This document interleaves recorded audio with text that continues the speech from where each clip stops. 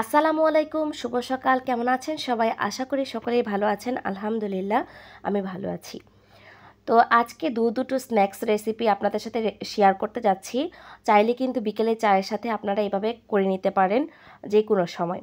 না টেনে সম্পূর্ণ ভিডিওটি দেখার অনুরোধ রইল। যারা আমার রেগুলার অডিয়েন্স আছেন তাদের জন্য অসংখ্য ধন্যবাদ। তারা প্রতিদিনই আমাকে যে পরিমাণ ইন্সপিরেশন দিচ্ছেন, ভিডিও দেখছেন, সুন্দর সুন্দর কমেন্ট করছেন, তাদেরকে অসংখ্য ধন্যবাদ। যারা ইউটিউব থেকে দেখছেন তাদেরকে অসংখ্য ধন্যবাদ। আমি সবসময় আপনাদেরকে একটা কথা বলি যে আপনারা যারা ইউটিউব থেকে দেখেন তারা আমার ফেসবুক পেজটা ভিজিট করবেন, আর যারা ফেসবুক থেকে দেখেন তারা ইউটিউব চ্যানেলটা ভিজিট করবেন। এটা আমার রিকোয়েস্ট আপনাদের কাছে। ভিজিট করে দেখবেন আমার ভিডিওগুলো কেমন লাগে, প্লাস হচ্ছে আমার চ্যানেলটাকে একটু সহযোগিতা করে এগিয়ে নিয়ে যেতে পারেন। তো এখানে আমি দুটো রেসিপি আপনাদের সাথে শেয়ার করতে যাচ্ছি, খুবই দ্রুত দেখাচ্ছি। এখানে আমি নুডলসটা সিদ্ধ করে নিয়ে তারপর হচ্ছে পানি ঝরিয়ে রেখেছিলাম, একটু লবণ আর হচ্ছে সামান্য তেল দিয়ে সিদ্ধ করেছি, তারপর পানি ঝরিয়ে রেখেছিলাম। আর এখানে পেঁয়াজ কুচি, কাঁচামরিচ কুচি একটু ভেজে নিয়েছি। তারপর হচ্ছে আমি ওইখানে একটু ডিম স্ক্রাম্বল করে নিয়েছি, আর টমেটো কুচি ব্যবহার করেছি। চাইলে কিন্তু ক্যাপসিকাম দিতে পারেন, অথবা অন্য কোনো সবজি আপনারা চাইলে অ্যাড করতে পারেন। আর এখানে আমি পাস্তা নুডলসটা মিক্স করে নিয়েছি, তাতে করে দেখা যায় কি খেতে ভালো লাগে। আর আরেকটা জিনিস বলি, একটু আমি ম্যাগি যে মশলাটা থাকে নুডলসের, সেই মশলাটাও একটু ব্যবহার করি, তাতে করে আমার খেতে ভালো লাগে, সেই জন্য আসলে ওইভাবে ব্যবহার করি। এই তো দেখেন খুব দ্রুতই করে ফেলেছি। বিকেলের নাস্তায় ছিল এটা আমাদের, সাথে চাও ছিল। চায়ের রেসিপিটা আমি আর শেয়ার করলাম না, কারণ চায়ের রেসিপি অলরেডি আমার কাছে আছে। আরও একটা মজাদার রেসিপি আপনাদের সাথে শেয়ার করতে যাচ্ছি, সেটা হচ্ছে ডালের বড়া অথবা পাকোড়া। আমি এখানে দুই ধরনের ডাল নিয়েছি, একটা খেসারি ডাল আর একটা মসুর ডাল। এখানে ভিজিয়ে রেখেছিলাম প্রায় 2-3 ঘন্টার মতো। ভিজিয়ে রেখে তারপর একটা ব্লেন্ড করে নিচ্ছি। খুব বেশি যে মিহি করে ব্লেন্ড করতে হবে তা কিন্তু না, খুবই সামান্য পরিমাণে ব্লেন্ড করবেন, যাতে করে এটা মানে বড়ার শেপ দেওয়া যায় ওই রকম করে আপনি ব্লেন্ড করে নিলেই হবে। খুব বেশি মিহি না, আবার খুব বেশি দানা দানা না। আমার ব্লেন্ড করাটা আপনারা দেখলেই হয়তো বুঝতে পারছেন। চাইলে কিন্তু আপনারা পাটায়ও পিষে নিতে পারেন, যেহেতু পাটায় পিষতে অনেকটা সময়ের ব্যাপার, সেই জন্য আমি ব্লেন্ডারের জারেই করে নিয়েছি।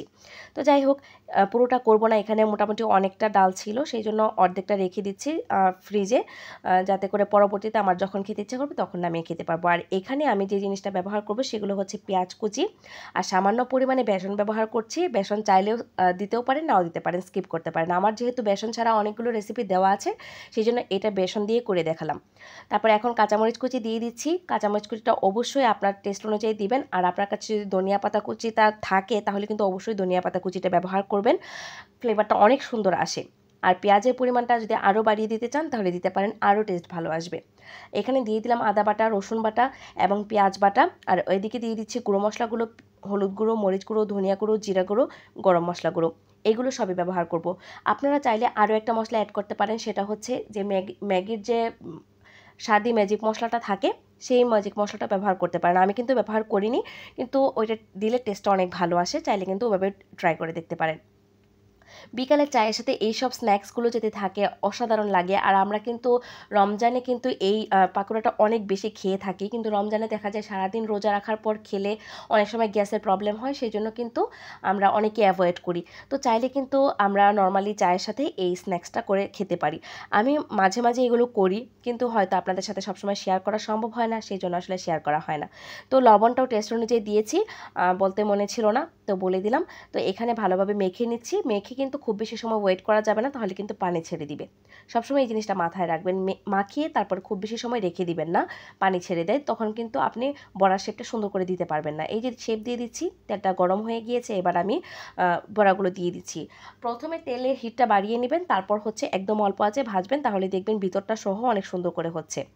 আর আমি যেহেতু বিকেলবেলা এটা করেছিলাম, সেই জন্য বিকেলে একদমই মানে ইলেকট্রিসিটি প্রবলেম হয়ে গিয়েছিল। আমি অনেক কষ্ট করে কিছু কিছু ক্লিপ নিয়েছি, আপনাদের সাথে সেটাই শেয়ার করলাম। কারণ দেখা যায় কি যে ইলেকট্রিসিটি প্রবলেমের জন্য তখন তো আর লাইটিংয়ের ব্যবস্থা থাকে না, তাই ভিডিও করার সময় অনেক সমস্যা হয়। তো একটা পাশ ভালো করে ভেজে নিয়েছি, উল্টে আরেকটা পাশ ভেজে নিব। এটা সবসময় মাথায় রাখবেন, প্রথমে উল্টে ফেলবেন না, একটা পাশ হয়ে গেলে তারপর আরেকটা পাশ উল্টাবেন, তাহলে দেখবেন আপনার যে কোনো ধরনের বড়াই হোক না কেন সেগুলো কিন্তু খুব সুন্দরভাবে হয়, ভিতরটা খুব সুন্দর ক্রিস্পি হয়। দেখেন আমার কিন্তু ইলেকট্রিসিটি নাই, মোবাইলের আলোতেই এতটুকু হয়েছে। এটুকু আপনাদের সাথে শেয়ার করলাম। চাইলে কিন্তু পরবর্তীতে আরও সুন্দর করে পরবর্তীতে আমি আবার ভিডিও শেয়ার করব ইনশাল্লাহ। খেতে কিন্তু অসাধারণ হয়েছিল। চাইলে কিন্তু এটার সাথে আপনারা চিংড়ি বাটাও দিতে পারেন। তো আজকের রেসিপিগুলো কেমন লেগেছে অবশ্যই কমেন্ট করবেন।